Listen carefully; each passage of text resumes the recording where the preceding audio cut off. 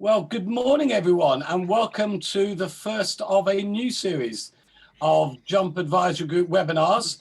This one is entitled, Why Doesn't Anyone Like Me? When I advertised this on my own LinkedIn profile earlier on in the week, I had a number of people ticked liked, and one person wrote, I like you, Dave. So to Matt Burge, if you're on this webinar, thank you for affirming me. It made my day, and it felt like actually this is what this is all about. So there are four webinars in this series. Welcome to the first one. I'm joined by my colleagues Howard Greenwood and Paul Sharp, and to be joined a little bit later on by Paul Jacobs. We're together for 45 minutes this morning, and our special guest is John Fedden. I'll let John introduce himself and his business to you, but John is one of the Jump associates, and he's been working with a couple of our clients now on this whole issue of how to get the most out of LinkedIn. It is a tool, a product that we all use every day, but not necessarily in the most effective way. So what we're hoping is that one of the takeouts that you will find from today is a little bit more knowledge on how it works, why it works the way it works, and how you can best present yourself and your business on LinkedIn. Please, as we go on through the webinar this morning, please feel free to ask questions. They'll come up to me and I'll be able to send them over to John. So this is an opportunity for you to engage with us and to ask what's burning with you. The format will be that John will speak for about 10 minutes with some slides, and then we'll have a discussion for the last half hour or so. So John, welcome. Thank you for what you're doing with some of the Jump clients already. It's nice to see you this morning in, I don't know whether it's a sunny Worcestershire or a rainy Worcestershire. It's rainy where I am, but it's nice to have you, and please introduce yourself to the team. Dave, thanks very much.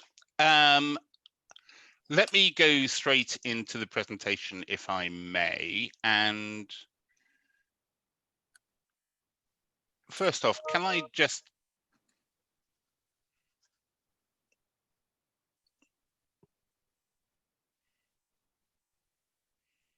Can you still hear me? We can hear you and see you, John. I'm sorry. Okay. I'm just trying to... Okay. Let me... Excellent. So you can see this presentation. Great. Well, Dave, thanks very much for this opportunity to be involved in today's event. As you mentioned, the title of today's presentation is Why Doesn't Anyone Like Me? And if we're looking at LinkedIn, I think we're looking at that from a couple of perspectives. If we look at the audience today, I think we've got a mix of people from very much LinkedIn gurus to people that are perhaps new to LinkedIn. And so this title might refer to the fact that one doesn't understand how to utilize LinkedIn within your business, or perhaps make connections, or it might be that you've built a great audience within LinkedIn. And maybe the challenge that you have is actually converting that conversation to a meeting, to a phone call, getting it into the real world. So we're going to look to touch on both of those points today.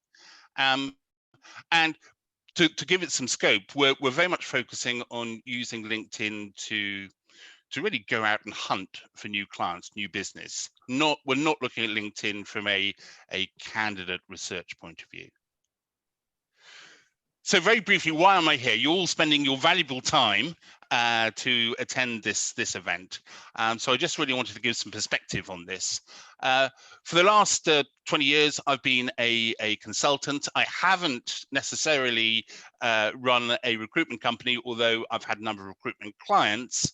But my role over the past, say, couple of decades has been initially working with LinkedIn, and I started working with LinkedIn back in 2007. And increasingly, I've been providing sales consulting or go-to-market or pure marketing services for a range of organizations. What that means is that at any one time, I'm managing 30, 40, 50 LinkedIn accounts for my clients, ranging from the CEO of a $100 million engineering company down to a specialist consultancy, through to operational managers, sales managers, a whole raft of people.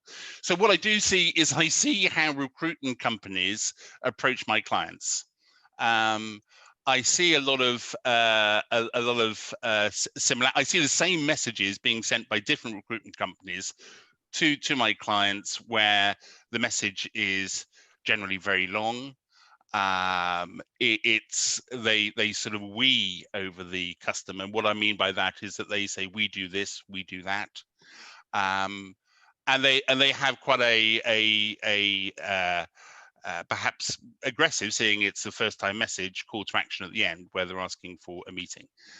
That's been about 80% of my experience there, and 20% have been from recruitment companies that do it a different way, that do it in a much more impactful way, and get the results. The cream floats to the top. So I've seen it from that perspective. I've also seen and worked with big companies that have tried to do recruitment themselves, and I've seen how that's really turned into a terrible false economy, where they should have gone to a recruitment company and used that. So I've been through that sort of experience, and mainly in my day-to-day life, I'm working with a variety of salespeople, executives, managers out there, some of which are LinkedIn gurus, others are very experienced salespeople, but there may be they're slightly old school, and there is some fear about using LinkedIn.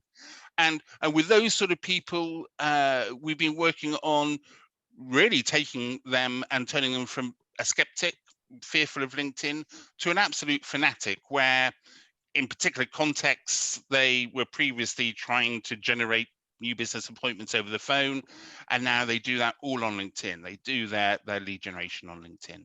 So that sort of scope, I'm hopefully going to give you just a slightly different perspective to this. If we look at LinkedIn, and if we look at the perspective of running a recruitment business, there's obviously a whole host of activities, methods, processes that you can use with LinkedIn, looking at it from the perspective of being a recruitment business owner. And we can't all cover those, so I'm going to tell you a couple of stories, hopefully to give you some ideas and insights. But what I would say at this point, and if we look at all of these activities that you might need to consider if you're putting together a LinkedIn strategy, is, to be fair, guys, none of this is difficult. None of this is brain surgery. If you haven't done it before, you will quickly get to grips with it. But what it does take is a lot of process, a bit of automation, a bit of lessons learnt, to put it all together effectively into an integrated program that actually supports your overall marketing strategy. But none of this is difficult. It's possible for everyone. And for the purposes of today and this particular webinar, though, we're going to try and hone down by looking at a couple of fictitious people. And the first person is this chap called Can't Get Noticed Nigel. And Nigel is he didn't have a big enough pension, so he's actually in his 80s, and he's working for this recruitment agency. And he is new. He hasn't really used social media in the past. What he has used LinkedIn though for is to connect to people he already knew, or he met at a conference, or actually is an old customer. Maybe that's a bit like some of you today. So he knows those people, but he has trouble hunting on LinkedIn. He has trouble even connecting on LinkedIn. So he needs some help. The second person we're going to look at is this lady who is Roberta, and she can't get a response on LinkedIn. And she's tried lots of things. She's been using LinkedIn for years. She feels she's a power user. She has lots of connections, but she just keeps on messaging people, and she doesn't get anything back. And so she started to question, is LinkedIn worth it? Should I use another channel? Should I use another method? So we're going to take a look at a couple of these people to tell a story and hopefully impart some ideas, some value as a consequence. So Nigel coming into this, the first thing we did, this is obviously Nigel is fictitious, but all of the results I'm talking about here have actually happened, but just with an amalgamation of people. So with Nigel, the first thing we did was look at his profile, and I'm just going to flip to LinkedIn now. So I picked an example. I was petrified giving this webinar that I'd picked someone from the UK and they were actually attending this webinar. So I've actually picked someone in Australia, and as this is a public network, hopefully I won't get sued. But let's pretend that actually Brandon is Nigel. So a few straightforward things that we did when we were optimizing his profile. The first of all, we looked at his photo. Quite a good photo, but not quite good enough. So what we wanted to do was, first of all, have a blank background. He's dressed very well. He's dressed as he might be dressed when he goes to meet a customer. What's good with this Nigel, our version of the Nigel, is that he's looking straight into the camera. So he catches your eye as you serve up this particular page. What's not so good is that he's looking straight on at the camera. What he should be doing is looking slightly to his left, so that when you see it in this format or on a traditional LinkedIn, this is LinkedIn Sales Navigator, he's looking into the profile, not away from the profile. So we looked at his photo. We also looked at his title. I quite like Brown, the big man, the big data man, very, very clever. But ultimately, the worst thing that we wanted on this title is for him to say account manager or recruitment manager or maybe even recruitment consultant. That's debatable. So my question to you is you've got to have something compelling here for your customer, and the reason for that is so that they like that and they decide to investigate and look further at your profile, and they start to come down and look at your About Us section, which is really where you tell the story. So perhaps after this event, just take a look at your title on LinkedIn and just think, is it compelling enough? Is it sticky? Will it actually encourage people to visit my profile? And then we get to the About Us section, and this is really where we tell the story. He said, I'm an experienced recruitment consultant at his company, and he specializes in this. As someone that might want to recruit or find a recruitment agency, I don't care. I don't care that he's a recruitment consultant. What does that mean to me? So we've got to write this About Us section in two ways. We've got to make it a story, and we've got to write it in the language of the people that we want to engage with, the people that we want to turn into customers. So that's where some wordsmithery comes, and there's some tips that we won't go into now that we can use to drive that. So we optimized his profile. I'm just going back now to the presentation. The other aspect that we did is that we drove connections to his profile. So the second most popular page on LinkedIn is who's viewed my profile. And typically, if you look at that, unless you're a guru and doing very well and you've got a big footprint on LinkedIn, you might be getting perhaps 6-7 views per day. So with Nigel, what we did is that we applied some very inexpensive social media tools. We use a product called Duck Soup. You might have heard of it. What it does is that it automates the visit of profiles based on a search that allows you to very much pinpoint who you want to engage with. It works in the background, And the end result of that is you set it off, you set it off, and then you come back a couple of hours later, and you've got exactly the sort of people that you defined in your search. So you might be trying to attract sales operations managers. You've got an increasing number of sales operation managers coming back to your profile because DuckSoup has visited from your profile their profile, and because they've looked at your profile and they've seen that you're a relevant person, that you tell a story that resonates with them.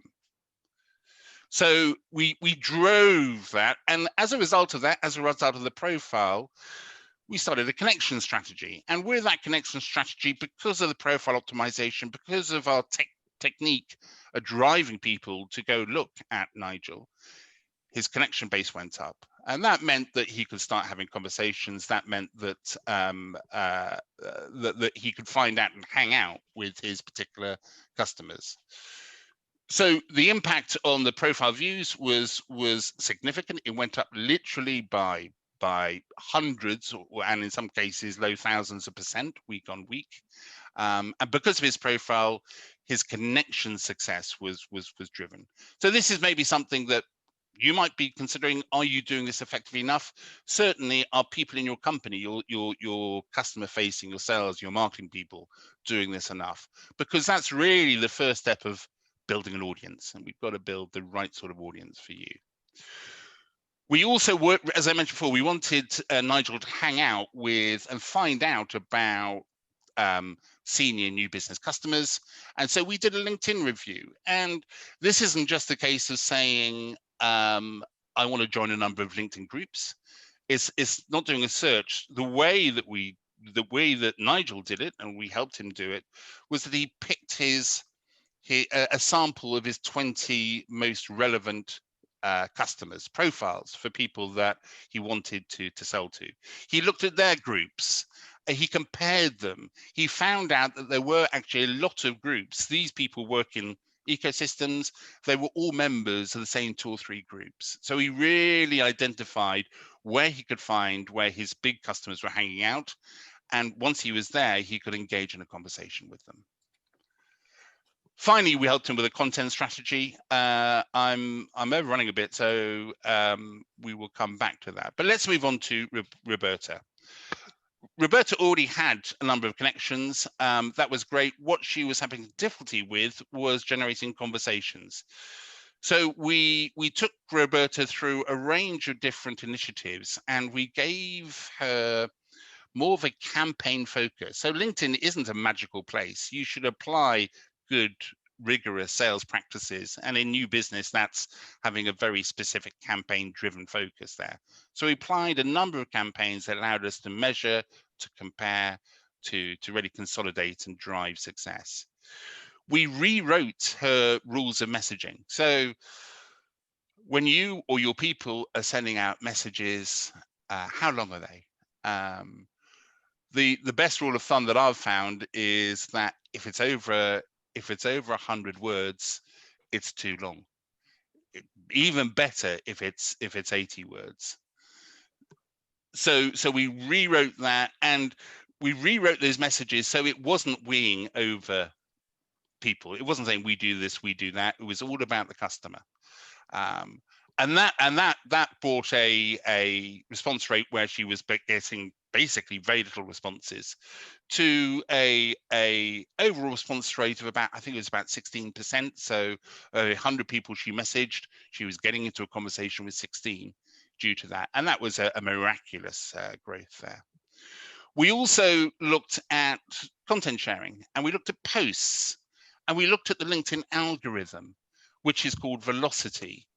And if we will just look at one aspect here. So part of this is about understanding the LinkedIn algorithm, velocity. So if you look at posting, a couple of things we did. First of all, there is when you're posting LinkedIn, there is what's known as the golden hour. So the LinkedIn algorithm takes special notice of what activity happens within 60 minutes of you actually uploading the posts.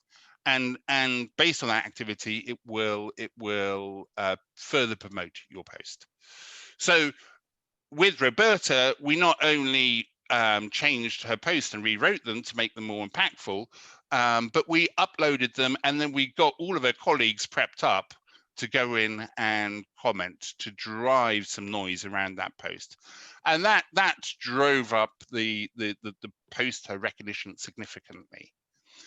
The other thing about velocity, and you have to be careful because just like Facebook with LinkedIn, they're changing their API, they're changing velocity all the time.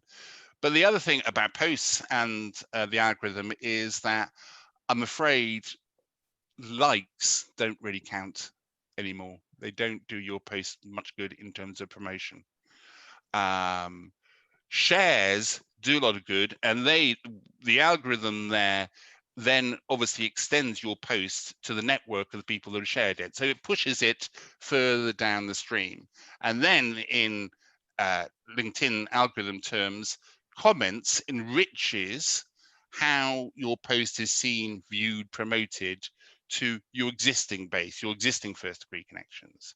So think about this sort of upstream, downstream approach. There are a number, although LinkedIn keeps their algorithm pretty secret, there are a number of great articles out there. So drop me a note if you need links to those.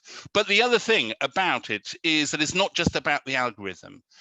When we've done research with organizations and analyzed the effectiveness, the impressions, the click-through rates of their posts, the one thing that is always the case is that posts that contain video always do better. Just like with Google, Google now ranks video above text, and LinkedIn does exactly the same.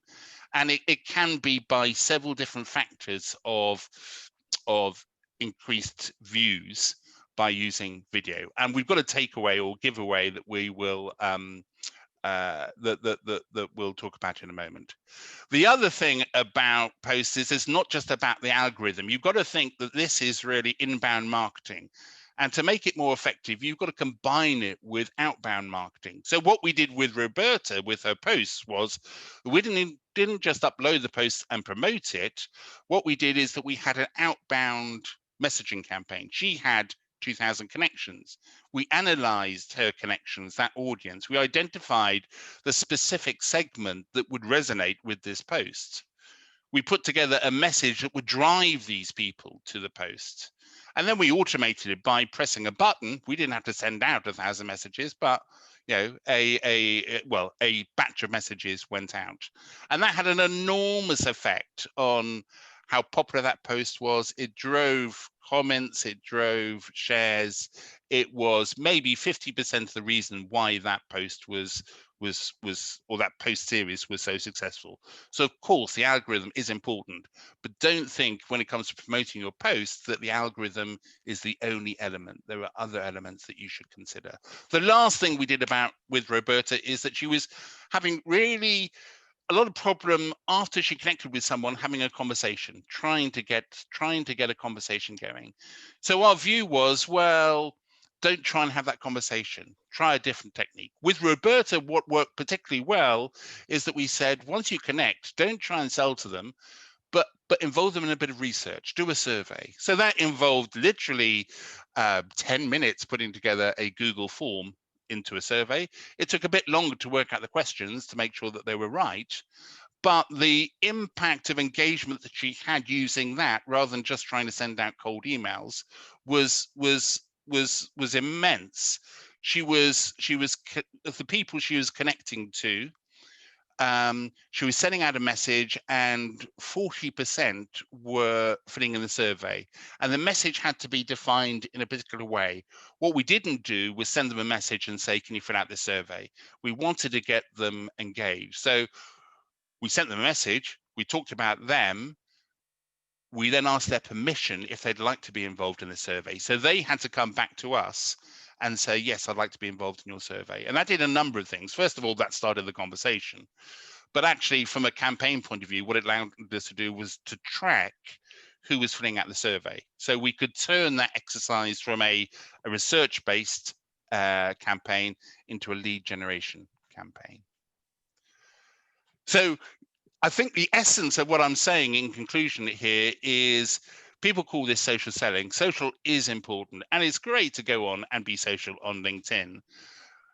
but don't forget the selling bits. And in fact, some of the old techniques, some of the old school skills that I've come across work brilliantly within LinkedIn if they can be adapted. So this isn't brain surgery, but it does need a strategy, and that strategy though needs to fit in with your overall sales and marketing approach.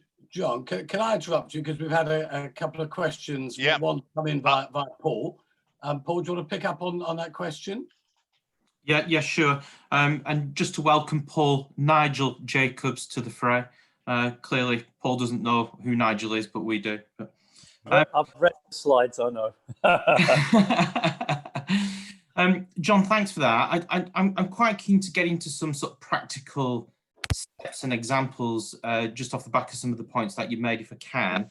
So going back to one of the points you made at the start around sharing that you see lots of messages from recruiters.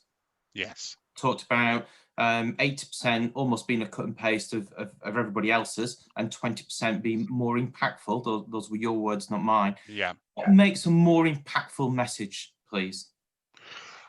Well, first of all, they're about 20% the size. So the really bad messages are maybe 800 rather than 80 words.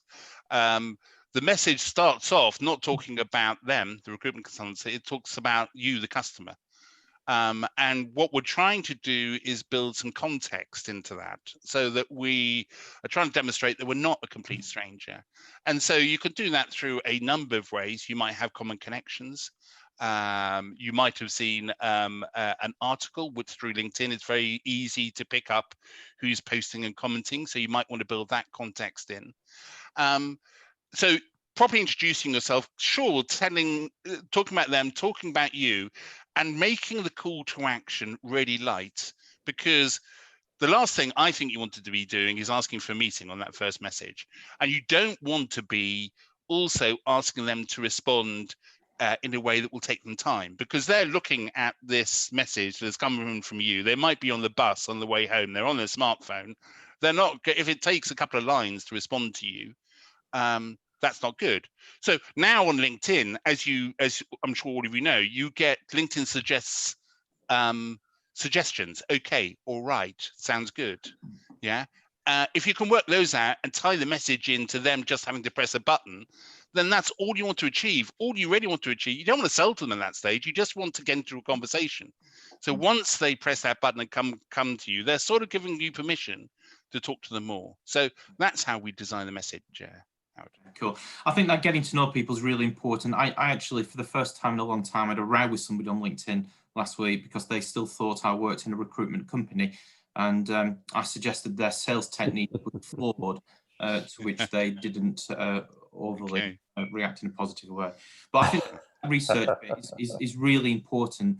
And if somebody reached out to me and the heading was something about, Burnley Football Club, or, something I feel passionate about, then I'd automatically think they'd done a bit of research. And I think sometimes we forget doing that research up front is really important. So in those messages, it's key. I think that's right, Had. And I think also I'm amazed sometimes by working with some organizations where they sort of treat LinkedIn as different. It's a different sort of thing to what they're doing elsewhere. And so what they don't do is they don't say, okay, well, let's look at my lapsed customer list and build it into a LinkedIn campaign. Or they don't say we had some success over there 2 years ago and use that as a foundation to start the messaging. That's context. That's something you can build into a message. That can get the conversation going. Yeah. I was going to ask you, John, then, is it one of those things that you think that people should have a different plan for LinkedIn than they do for their more traditional marketing? Well, actually, I think LinkedIn should be embedded. It should be pointed at the same objective of what you're trying to hit with your overall marketing. What you have to think about, though, is in LinkedIn, if you're central marketing, your central sales, you're probably building some sort of sales forecast, some sort of sales pipeline, and you'll have some very specific qualification criteria for that. A typical one might be a marketing qualified lead or a sales qualified lead. So LinkedIn should be part of that, but you don't quite qualify conversations on LinkedIn in that way. You can still qualify it and relate it. So it should be central, but you sort of have to adapt LinkedIn to feed into your other systems, if that makes sense. Okay.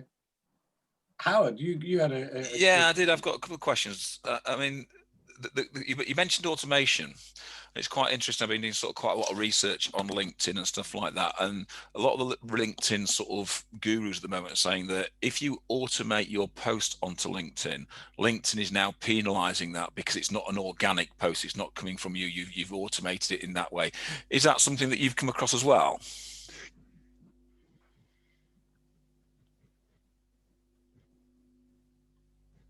You still there, John? I've got a frozen picture of John on my screen. Yep. I think John might have frozen there. Dave, I think sort of what we're talking about there from that automation point of view is obviously a lot of people can't automate, and I think it's there, and I think that organic process is really important, and I think a lot of people and a lot of recruiters get hidden behind LinkedIn, think it's going to be their new investigative sales tool, etc. You still got to go out to the marketplace and reach to the marketplace. What LinkedIn does is just generate the leads for you to call, and therefore you've got to sort of work on building those calls and driving those calls from there. So I think John has just switched us off. No, I can see you all. Okay. Yep.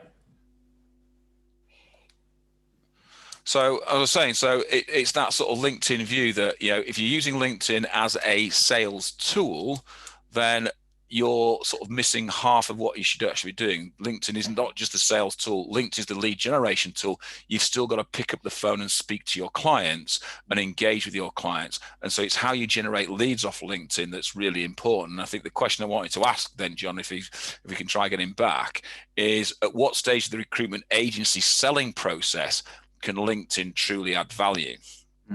I think for me, Howard, there's probably a stage before then, which is, you know, if you look at some of the LinkedIn stats, if you are connected to people, they're 2.5 times more likely to respond. So growing out your fan base, and I know we're going to talk about that in some of the other webinars, I think growing out that fan base is really important. And I think creating interesting content to try and do that is you know, probably for me the embryonic stage, and then it's about how do you then leverage that fan base to connect, and you know, what do you do in picking up the phone. And the other key point I'd probably just make as well, and if everybody thinks about this just for a minute, you know, how many times have you asked your network to refer you to other people in the last 2 or 3 weeks? I strongly suspect, based on my experience, when you ask this to recruitment consultants, it's not many. And I think sometimes we really forget the power of referral. Yep. So if if you, Howard, if I got an email or a message from you saying, you know, Paul Jacobs has referred you, I'd probably turn it down actually if it came from Paul. But if it came from Dave, absolutely, I accept that recommendation wholeheartedly. So sometimes I think we do forget the power of the referral. But it's that, keep that point at the front of everybody's mind, 2.5 times more likely. So this is why growing out fan base is really important, because it's going to make it a damn sight lot easier for you to actually pick up the phone and have that conversation. If somebody's familiar with your brand, they've come across you as an organisation, they've read something of interest, or they think you're credible in the marketplace.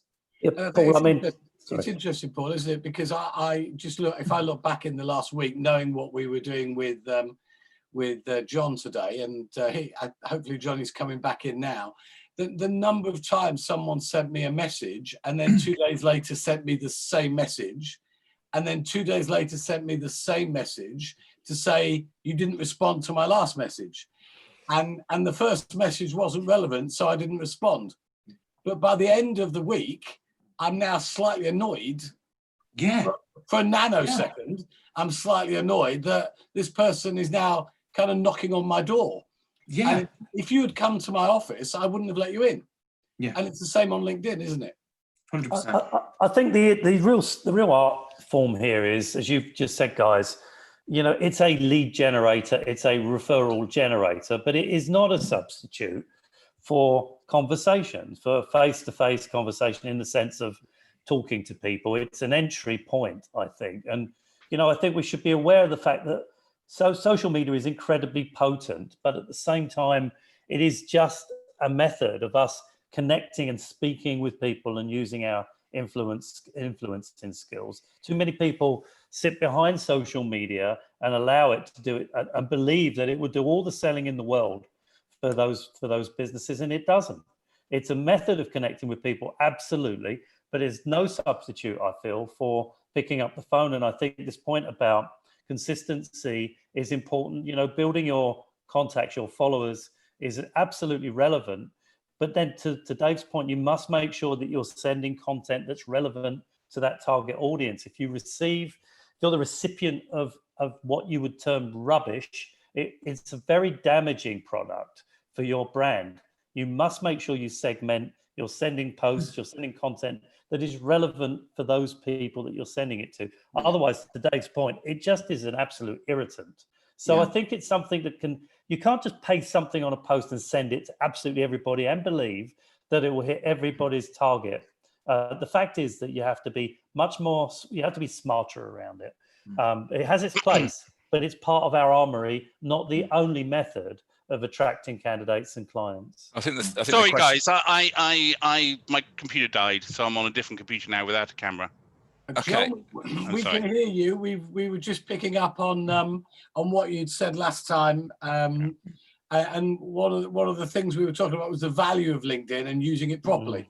Yes. And I don't know whether you were just about to move on to that one, but we were talking and had a question about that, the value of LinkedIn and using it properly. Well, I don't know, stop me if this is a repeat, but people shouldn't look at LinkedIn as something different.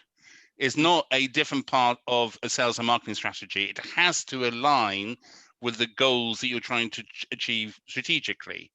Part of the problem, though, sometimes is that if you look at standard sales and marketing, you have a sales forecast. And you have a qualification process that you use to move people from an early stage to a close or customer one stage. And typically there you will have things like, you might look at it in terms of sales qualified lead, marketing qualified lead. And that sort of qualification process doesn't quite apply. It applies in a slightly different way within LinkedIn. So LinkedIn should be absolutely a central part, and it should be used for some stuff, but not other stuff. But you have to adapt how you work out your KPIs for LinkedIn to make sure that they can then feed into your main sales forecast. We've got a question here, John, from Stuart Moore. Okay, says, hi, quick question. We've put together a series of employer tip videos that we've been promoting weekly on LinkedIn via our company page, then sharing to our personal networks.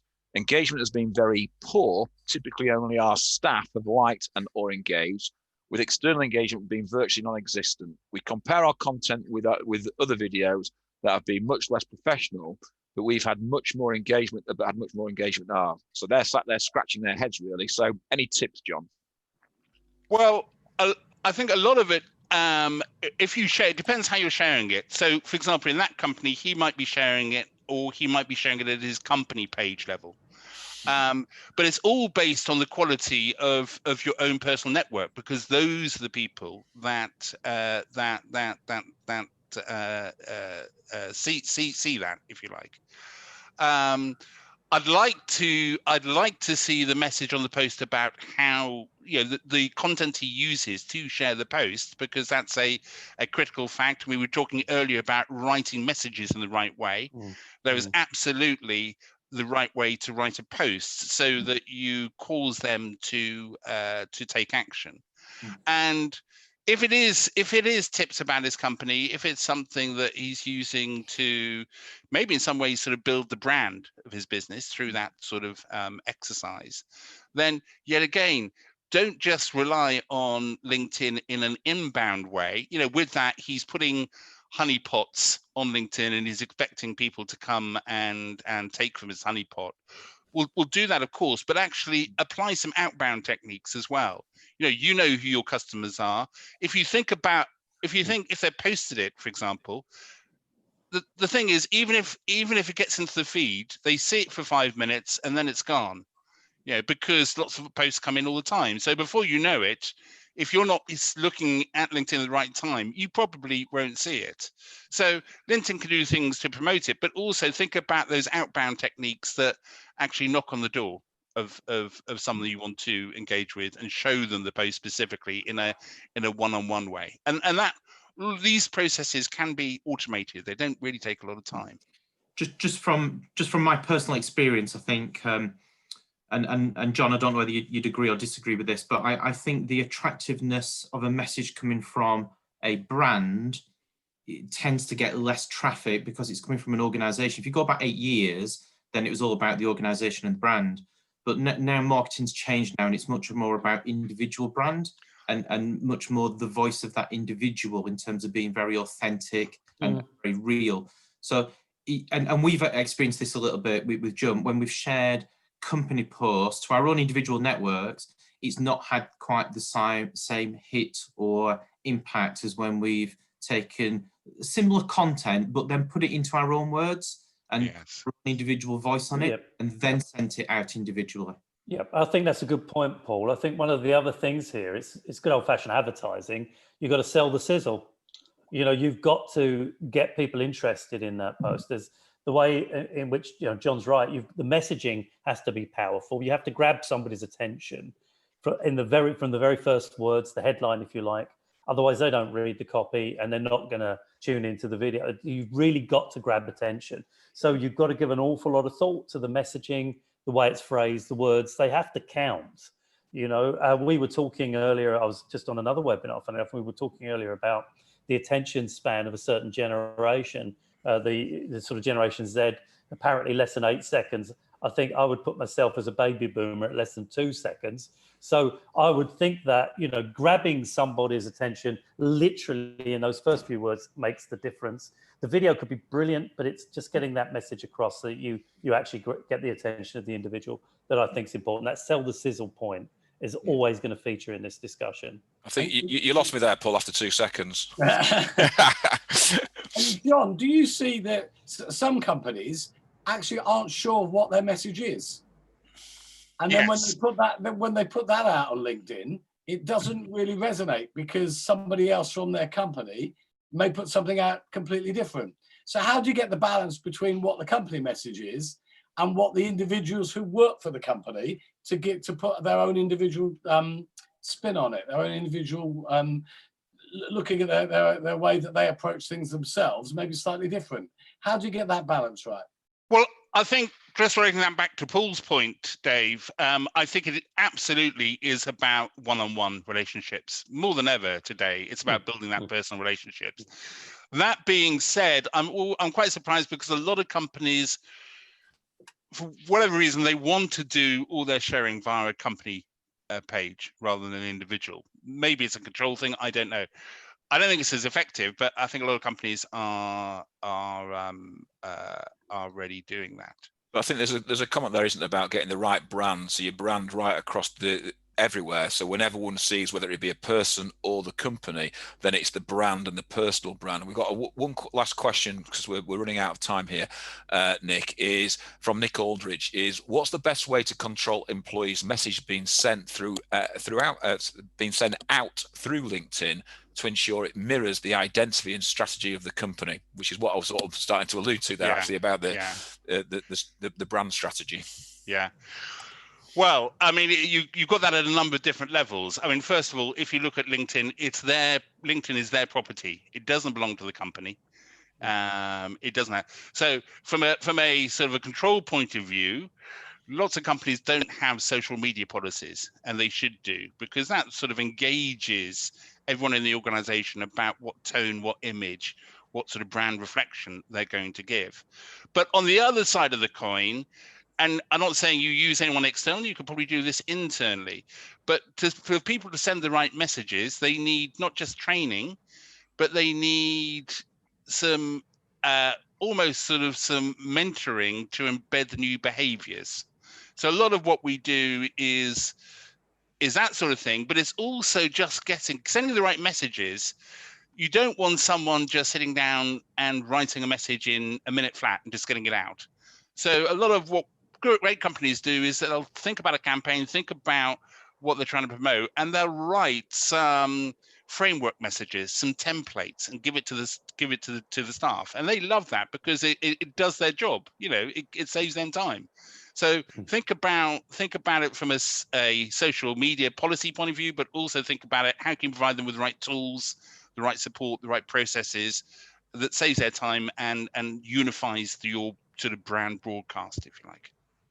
From my experience, I was going to ask a quick question of our audience, Paul. We said that we'd finish at 10:45, but we've had a lot of engagement and quite a few questions flying out. So if you are on the audience there, if you'd like us to carry on for another 15 minutes, just ping us a note if that's okay.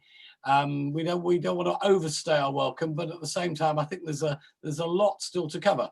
So we're happy to stay on till 11 o'clock. And I can see quite a few people saying, please carry on. So, John, we will.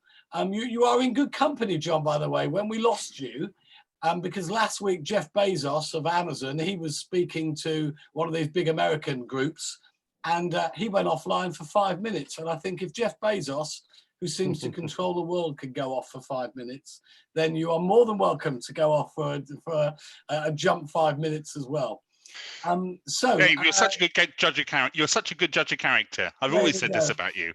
Paul, Paul Sharp, I think I interrupted you in asking the audience that question. You had something to say. Yeah, I'm just going to piggyback off the back of what John said and the question that Stuart posed and Nick.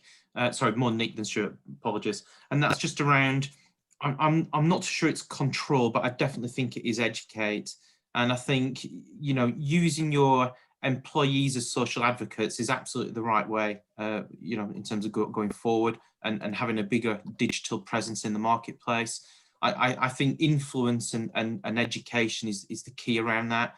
But you have just got to keep a bit of a handle on it. In all my years of doing this and letting people loose in terms of being able to post stuff, and as John said, you can't stop it on an individual basis. But from a brand perspective, you've got to be very cognizant of your brand and your values. And in my last 8 years, I've only come across one incident, and it was about 6 months ago, where somebody thought it was appropriate to post their first ever live video, and it was actually that individual coming out of the toilet. So clearly, whilst what he was saying was quite informative, the background and the where and everything else, and whilst people might think it's funny. And I guess 6 months later, I do find it a bit funny, but at the time I was absolutely flipping livid. So, you have just got to keep a little bit of a handle on it, and just, make sure that you are equally, either you as a leader or your marketing manager or somebody in the business are just, on LinkedIn and social media, just to sense check what is going out there. Because the damage to your brand can go like that, and it can take years to build up. It goes in one moment. Paul, I mean, just to pick up that point, I mean, brand equity is absolutely everything. It's really important. Anybody that's managing a business or managing people, you are in essence, aside from your usual responsibilities, you are brand guardians, and the messaging that goes out from every single person in your organization needs to be on brand. Yeah. If it's not on brand, as Paul's rightly said, the damage caused to your business can be irreparable. So you really do need to scrutinize what's going on. There need to be guidelines. You need the brand police to be all over this stuff, because it can create tremendous equity for your business, which is what we're talking about. But as Paul rightly said, the wrong message can cause irreparable harm. And there's lots of examples around that sort of thing. And I mean, if we go beyond social media and we look at advertising per se, there's a whole range of case studies with very well-known global businesses really screwing up their brand by being very lax around their advertising. So I think be aware we're advertising. The messaging you're putting out there, everybody working for your business is responsible for the brand and the upkeep of the good name of your organization. Yeah. I think there's Can I ask, sorry, as a panel of recruitment experts, can I ask you a question? Yes, absolutely. Oh, okay. You're the first guest ever to ask us a question, John. Excellent. I don't know what to say. So I'm quite interested. When I work in other industries like IT, for example, I work for IT companies. All the research they do, and if you look at some people like the Corporate Executive Board or part of Forrester or Gartner, they all say that in the B2B space, when people are buying stuff from companies, over time, the number of people involved in the decision-making process has got wider. So whereas 20 years ago, it might have been very centralized, it might have been, now there's a whole host of people that are involved generally with the purchase of a B2B product or service. Do you see that with recruitment companies out there when they're trying to sell using LinkedIn, are they always going to one guy, or are you seeing a trend where they're having to sell to more people to get the sale done? Yeah, I'll take that actually, Paul. I think there's a comment on that about your reach into the marketplace, that every consultant in a recruitment agency will have a slightly different reach and a slightly different number of people in their marketplace. And I think what people have got to understand is that LinkedIn isn't a place where people normally come on to actually buy a product.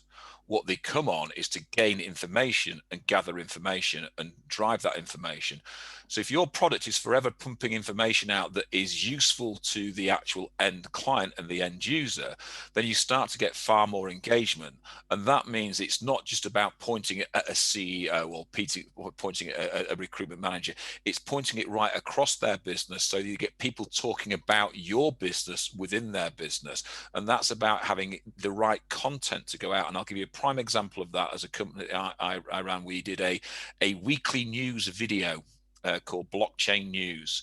And after a while, we were getting 5,000 to 10,000 people watching this, but also we were getting clients coming back to us and asking us then to talk about their product on it. Because what we were doing, we were giving news and information about our services to our clients and all our clients, and they were engaging it. And what we were doing, we were connecting certain clients to that and asking them to come back. And again, that's all about, we did the same thing, the same brand. So every consultant posted that news at the same time every Friday on the company page and on each individual consultant's page. And I say the actual reach of that was huge, far more than the likes that we got and the comments that we got. And that's all about not just pointing it at one person, but pointing it at your whole environment and your whole network. And I think it's getting people talking about you, not just that one person looking at you. Because I don't think LinkedIn is an actual sales tool, because people don't go on there to buy anything. They go on there to be influenced. I think LinkedIn's an influencer tool rather than an actual sales tool.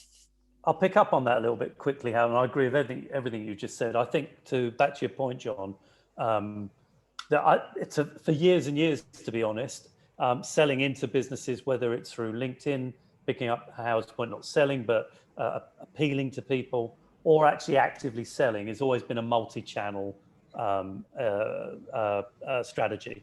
And I think that if we look at LinkedIn and how you appeal to an organization, I think Howard's absolutely right. And this comes back to content. If I need to impress, if I look at advanced sales techniques, if I need to impress multi-purchasers in one organization, one of them might be a financial controller, a finance guy, one of them might be a sales guy, one of them could be a procurement or an HR person. The content that I need to post on LinkedIn is probably different for each of those individuals based upon their responsibilities within the organization. If I'm talking sales or anything related to marketing to the finance guy, he's probably not interested.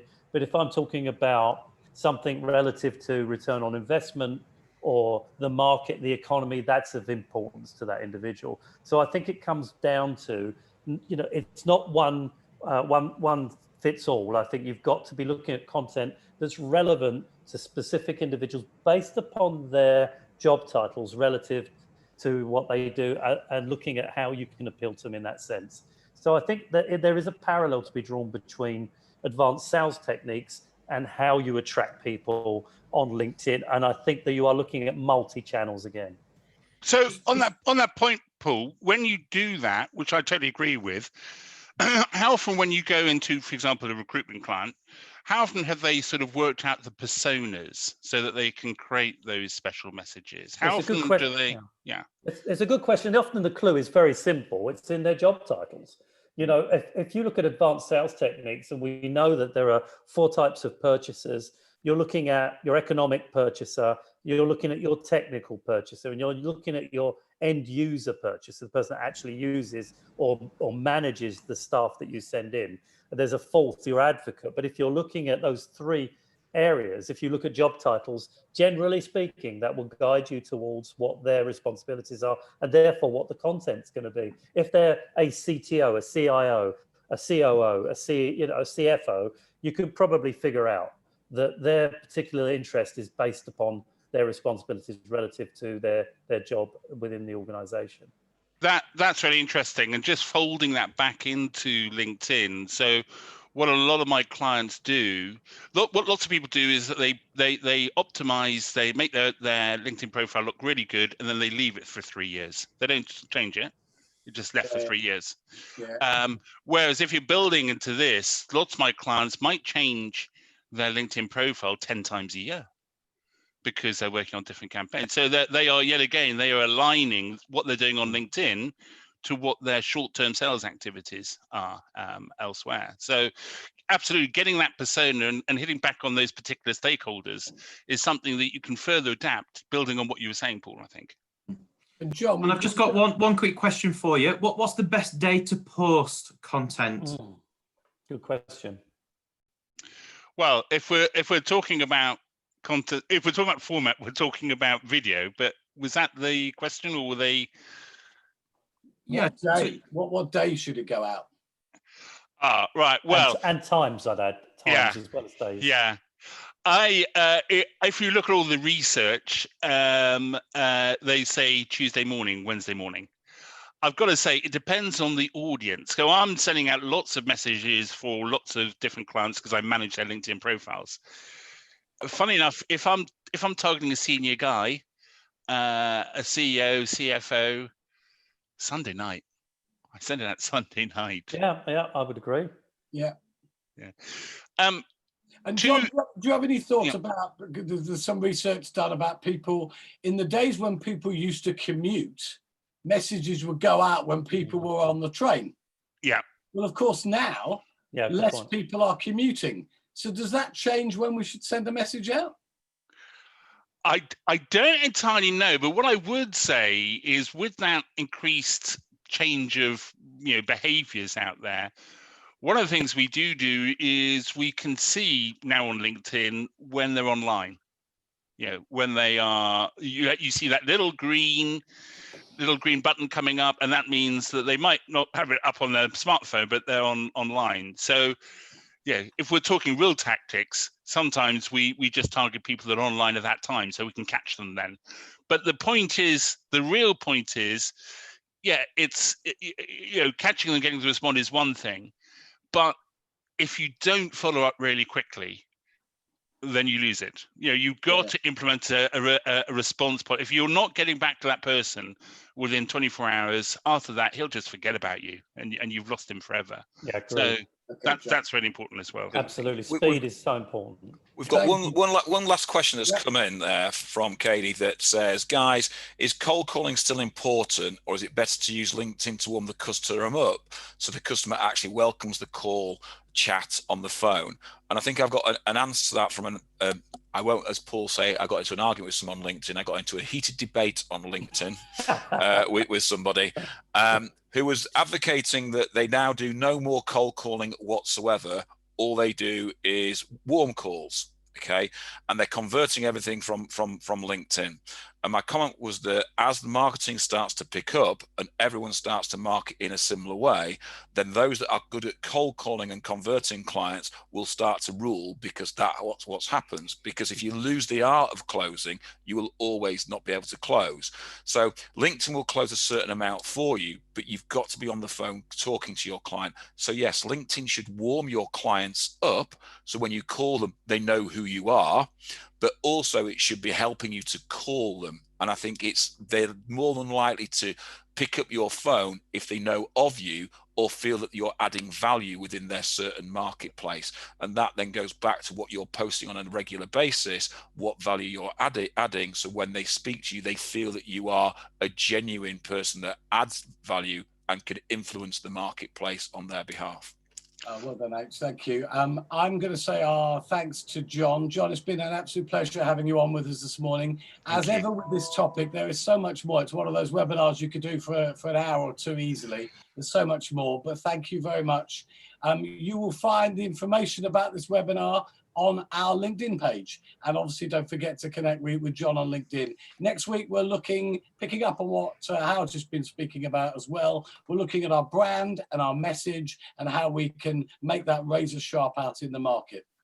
But thank you to all of those who've attended this morning. I wish you a very good day. To John, our thanks as well. And from all at Jump Advisory, we'll see you next week, 11 o'clock, looking at brand and message. Take care. Thanks, Bye-bye. guys. Cheers, guys. Thank you, everybody. Thanks. See you soon. Bye-bye.